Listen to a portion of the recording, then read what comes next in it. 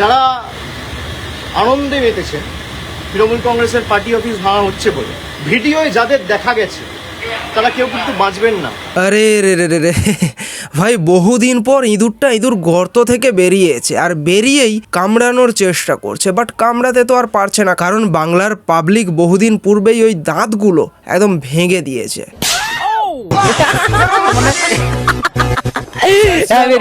যদি ভাবেন যে বিজেপির নেতারা আমাদের বাঁচাবে, আর যারা তৃণমূলের পার্টি অফিস ভাঙছে, আমি তাদের বলবো যে অনেক অত্যাচার তো করেছেন তৃণমূল কংগ্রেসের নেতাদের উপর, কর্মীদের উপর।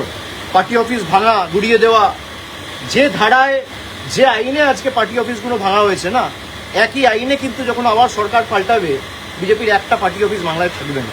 এ তো যা দেখছি পচা ডিম খাওয়ার পরেও ভাইপোর মাথা ঠিক হয়নি। ভাইপো না, ভেপো। এ সত্যি সত্যি ভাইপো নয়, এ হচ্ছে ভেপো। এ নাকি পলিটিক্স করবে। আমার তো মনে হয় এ পলিটিক্সের পিটুকুও বোঝে না। না মানে জাস্ট ভাবতে পারছো, পার্টি ক্ষমতায় নেই, আর দল যখন ক্ষমতায় না থাকে তখন সেই দলের বিধায়ক কিংবা সাংসদদের কতটুকু ক্ষমতা থেকে যায় সে বিষয়ে আমরা খুব ভালো করেই জানি।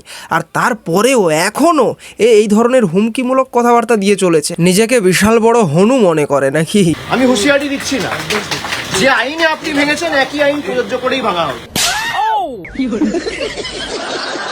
2026-এর ভোটের রেজাল্টের পূর্বে ভাইপো এবং তার পিসি বহুত উল্টোপাল্টা কথাবার্তা বলেছিল, তার জন্যই বাংলার মানুষেরা উল্টে দিয়েছে একদম। কিন্তু ঠিক তারপরে রেজাল্টের পর ভাইপোকে ডিম থেরাপি দেওয়া হয়, পচা ডিম খাওয়ানো হয়, এবং এত কিছু দেখার পর বাংলার মানুষের ভাইপোর প্রতি একটু সিম্প্যাথি জেগেছিল, এই কারণে যে ভাইপো হয়তো চেঞ্জ হয়ে গেছে খানিকটা। কি চেঞ্জ হবে? তার কাটার কখনো মাথার ঠিক হয় নাকি? তার জন্যই এখন আবার এই মিডিয়ার সামনে এসে হেগে দিচ্ছে এ নাকি পলিটিক্স করবে। সত্যি সত্যি ভাই, এ পলিটিক্সের পিটাও বোঝে না। এই সিচুয়েশনগুলোতে যখন দল হেরে গেছে, এখন যে মানুষের সিম্প্যাথি গেন করতে হয়, সিম্প্যাথি যেটা পেয়ে যেতেও পারতো, ডিম যখন থেরাপি দেওয়া হয়, পচা ডিম খাওয়ানো হয়, তারপর কিন্তু মানুষ হয়তো অভিষেকের প্রতি খানিকটা নম্র হয়ে গেছিল। কিন্তু এখন রিসেন্ট আগের দিনের এই স্পিচগুলো শুনে মানুষ আগের থেকে আরও ফায়ার হয়ে গেছে। যারা তৃণমূল কংগ্রেসকে ভাবছে যে দুর্বল করব, দল ভেঙে তৃণমূল কংগ্রেসকে শেষ করে দেবো, আগুনে জ্বালিয়ে দেবো, সেই আগুনের স্ফুলিঙ্গগুলো থেকে তৃণমূল কংগ্রেস আবার জন্ম নেবে মমতা বন্দ্যোপাধ্যায়কে সামনে রেখে।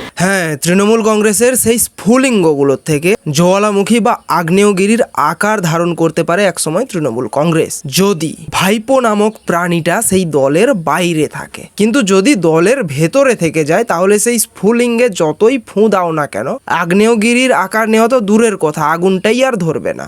আপনারা ক্ষমতা দেখাতে গিয়ে যে পার্টি অফিস ভেঙেছে, প্রত্যেক ক্রিয়া সমান এবং বিপরীত প্রতিক্রিয়া আছে, এটা বিজেপির নেতারা যেন ভুলে না যায়। আর ঈশ্বর সৃষ্টিকর্তা সর্বশক্তিমানের আশীর্বাদে যদি বেঁচে থাকি, ওই যে বললাম, যে আইনের যে ধারায় আপনারা এই অত্যাচারগুলো করেছেন, একই আইনের একই ধারায় 31-এ ফিরিয়ে দেবো, সুদ সমেত। কথা দিয়ে গেলাম। ভাইপো 31-এ সুদ সমেত ফেরাবে। কি জানি, আমার কেন মনে হচ্ছে যে সুদ সমেত ভাইপোর আরো কষ্ট আসতে চলেছে। একদিকে আমি ভাবছি যে এই নেংটি ইঁদুরটাকে এখনো কেন খাঁচায় বন্দি করা হচ্ছে না, আবার অপরদিকে আমার এরকমটা মনে হচ্ছে যে এই নেংটি ইঁদুরটা খুব শীঘ্রই খাঁচায় বন্দি হতে চলেছে। কি জানি, তোমাদের কি মনে হয়? একটু কমেন্ট করে জানিও তো। এই মামলা নিয়ে আগামী দিন হাইকোর্টে যাব, এবং যাদের ভিডিওতে দেখা গেছে হাইকোর্ট সুপ্রিম কোর্ট করে যত দূর যাওয়ার যাব, এদের ব্যবস্থা ঠিক করবো আইনত। আরে রে রে রে রে ভাইপো, বলছি বিজেপিকে নিয়ে এত ভাবতে হবে না, বিজেপির নাকি ব্যবস্থা নেবে। আগে নিজের ব্যবস্থাটা নাও, কারণ নিজের অবস্থাটা খুব তাড়াতাড়ি, খুব শীঘ্রই করুণ হতে চলেছে। 14 দাঁড়িয়েছিল গোহারা হেরেছে, 24-এ দাঁড়িয়েছিল গোহারা হেরেছে। ভাইপো যদি বিজেপিকে নিয়ে বলতে পারে 14-ই হেরেছে গোহারা, কিংবা 24-এও গোহারান হেরেছে, তাহলে আমরাও এটা বলতে পারি 26-এ ভাইপোর দলও লেজে গোবরে হয়ে গেছে। মানুষ একদম গালে গালে থাপড়েছে। আমি তো সেটাই বলছি, যে যাদের সমস্যা রয়েছে তারা যদি বলে যে দলের এই পারফরমেন্সের জন্য বা পরাজয়ের জন্য যদি অভিষেক বন্দ্যোপাধ্যায় দায়ী হয়, তাহলে 24-এ যে তৃণমূল কংগ্রেস 29টা আসন পেয়েছে তার কৃতিত্বও আমার। যদি ডিসক্রেডিট আমার হয়, হারে, তাহলে জেতার সময় ক্রেডিটও আমার। আর যাদের আমাকে নিয়ে সমস্যা, তাদেরকে অনুরোধ করব যে মানুষ বোকা নয়। আজকে 18 তারিখ, আপনি 19 তারিখ আসুন, 20 তারিখ আসুন, 21 তারিখ আসুন, যবে আসার আসুন, আজকে চলে আসুন। আপনারা ফিরে আসুন, আমি 1 ঘন্টার মধ্যে ইস্তফা দিয়ে দিচ্ছি। কেউ আসবে না, ডিল হচ্ছে ওদিকে যাও, অভিষেক ব্যানার্জিকে গালাগালি দাও, তোমাকে বেঁচে থাক, তোমাকে বাঁচিয়ে রাখবো, ইডিও ধরবে না, সিবিআইও ধরবে না। যাদের বিরুদ্ধে ভুড়ি ভুড়ি অভিযোগ তারা এখন হয় পুলিশের কাছে ধৃত, না হলে বালিশ চাটা ঋতব্রত। ভাই এই নেংটি ইঁদুরের অনেক বাতেলাবাজি শুনলাম, এইবার চলো বাংলার মানুষেরা এই নেংটি ইঁদুরকে নিয়ে সোশ্যাল মিডিয়াতে কি বলা বলি করছে সেটা একটু দেখবো। ফার্স্ট কমেন্ট, এর বি ড্যাশ ড্যাশ মাথায় উঠে গেছে। আরে রে রে রে রে রে, পাশে প্রিজন মামা শকুনি। তুই নিজে কতদিন বাইরে থাকিস দেখ আগে। কেন এখন ঠাকুরের কথা মনে পড়ছে? যাদের জয় শ্রীরাম বলতে অসুবিধা ছিল তারা এখন বলছে ঈশ্বরের নাম। এ তো দেখছি ভূতের মুখে রাম নাম। আর একজন তো বলছে ঘুমিয়ে পড়, তার আগের দুটো শব্দ লাগায়নি, হালকা ঘুমিয়ে পড়। অভিষেক বাঘের বাচ্চা। আজকে মমতা বন্দ্যোপাধ্যায় মাথায় হাত না দিলে কে অভিষেক বন্দ্যোপাধ্যায়কে চিনত? আজকে মমতা বন্দ্যোপাধ্যায়ের আশীর্বাদ ছিল বলে অভিষেক বন্দ্যোপাধ্যায়। যদি মমতা বন্দ্যোপাধ্যায়ের ওই আশীর্বাদ আমায় দিত, আমি মনে করি ওর থেকে অনেক বড় নেতা হতে পারতাম। 100টা সিট বিধানসভার, আপনারা খোঁজ নিয়ে দেখুন না যে কারা কারা কোথা কোথা থেকে কীভাবে সব টিকিট পেয়েছে।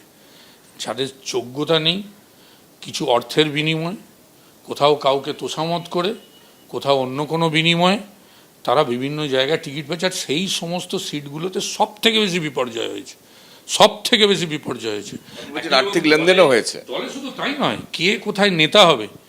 আপনি সব যুব নেতাগুলো বিভিন্ন জায়গায় যারা সব বিভিন্ন দায়িত্ব সামলেছে, বিভিন্ন সংগঠনের যারা মাথা হয়েছে, আমি তো মনে করি বহু জায়গায় এরকম নেতাদের স্থান দেওয়া হয়েছে যাদের নেতৃত্ব দেওয়ার মতো ক্ষমতা নেই। এমন এমন সব নেতৃত্ব হয়েছে যারা কেউ এক একজন বড় বড় তোলাবাজ, যাদের সম্বন্ধে বহু অভিযোগ রয়েছে। এমন এমন নেতৃত্ব হয়েছে যারা এক এক সময় অন্য রাজনৈতিক দল করেছে, হারমাদের তাকমা পেয়েছে, কাউকে বাড়ি থেকে বার করে দিয়েছে, কাউকে গলায় কোপ মেরেছে। এসব আর আমি নাম বলতে চাই না। এগুলো ছিল সব অভিষেক বন্দ্যোপাধ্যায় সব এক একটা রত্ন জেলায় জেলায়। এখন মমতা বন্দ্যোপাধ্যায় হয়তো তার স্নেহের জন্য করছেন, কিন্তু মমতা বন্দ্যোপাধ্যায়ের বোঝা উচিত যে তৃণমূল কংগ্রেসের তৈরি যখন তিনি করেছিলেন তখন এই অভিষেক বন্দ্যোপাধ্যায় কেউ ছিল না। এবং এই অভিষেক বন্দ্যোপাধ্যায়কে আজকে নেতা বানাতে গিয়ে আজকে ওনার সাথেও যারা রয়েছে তারাও কিন্তু অভিষেক বন্দ্যোপাধ্যায়ের বিরুদ্ধে মুখ খুলছে। অভিষেক বন্দ্যোপাধ্যায়কে বাদ দিলে দেখবেন হয়তো সবাই আরও অনেকে হয়তো মমতা বন্দ্যোপাধ্যায়ের দিকে চলে যাবে। কিন্তু এখন মমতা বন্দ্যোপাধ্যায়কে বুঝতে হবে যে আমি দলের কর্মীদের বক্তব্যকে মান্যতা দেবো, দলটা যাতে আগামী দিনে ঠিক মতো চলে সেই ব্যবস্থা করব, দলকে ঐক্যবদ্ধ রাখবো, দলকে প্রতিষ্ঠা করব, না অভিষেক বন্দ্যোপাধ্যায়কে প্রতিষ্ঠা করব। এই সময় যারা সত্যিকারের দিদিকে ভালোবাসে তাদেরও মনের কথা হচ্ছে তারা কেউ আজকে চাইছে না অভিষেক বন্দ্যোপাধ্যায়কে। কিন্তু আমি কেন জানি না, বুঝতে পারছি না যে মমতা বন্দ্যোপাধ্যায় এখনও অভিষেক বন্দ্যোপাধ্যায় করে যাচ্ছেন। আমি দিদিকে হাত জোড় করছি যে দয়া করে আর অভিষেক বন্দ্যোপাধ্যায় করবেন না, আর অভিষেক বন্দ্যোপাধ্যায়কে বাঘের বাচ্চা বানাবেন না, আর অভিষেক বন্দ্যোপাধ্যায়কে ডিফেন্ড করার চেষ্টা করবেন না। কারণ এই অভিষেক বন্দ্যোপাধ্যায়ের জন্যই আজকে দলটার এই অবস্থা হয়েছে। মমতা বন্দ্যোপাধ্যায় যেমন আজকে তৃণমূল কংগ্রেস তৈরি করেছেন তার জন্য তার যেমন সমস্ত অবদান, আর দলটা শেষ করার জন্য যদি কাউকে দায়ী করতে হয় তার একমাত্র দাবিদার হচ্ছে অভিষেক বন্দ্যোপাধ্যায়। আজকে ভাবুন তো, কেন বলবো না, আজকে দলটার এই জায়গা আজকে শুভেন্দু অধিকারী আজকে কেন দল ছেড়েছে? শুধুমাত্র অভিষেক বন্দ্যোপাধ্যায়কে নেতা বানাতে গিয়ে, অভিষেক বন্দ্যোপাধ্যায়কে মান্যতা দিতে গিয়ে আজকে শুভেন্দু অধিকারীর মতো এইরকম একটা বলিষ্ঠ নেতৃত্বকে আজকে দল ছাড়তে আমরা বাধ্য করেছি। শুধু তাই নয়, একে একে আজকে যদি দেখেন যে প্রত্যেকে অভিযোগ জানাচ্ছে অভিষেক বন্দ্যোপাধ্যায়ের কাছে, এবং মনের জ্বালা তো বটেই।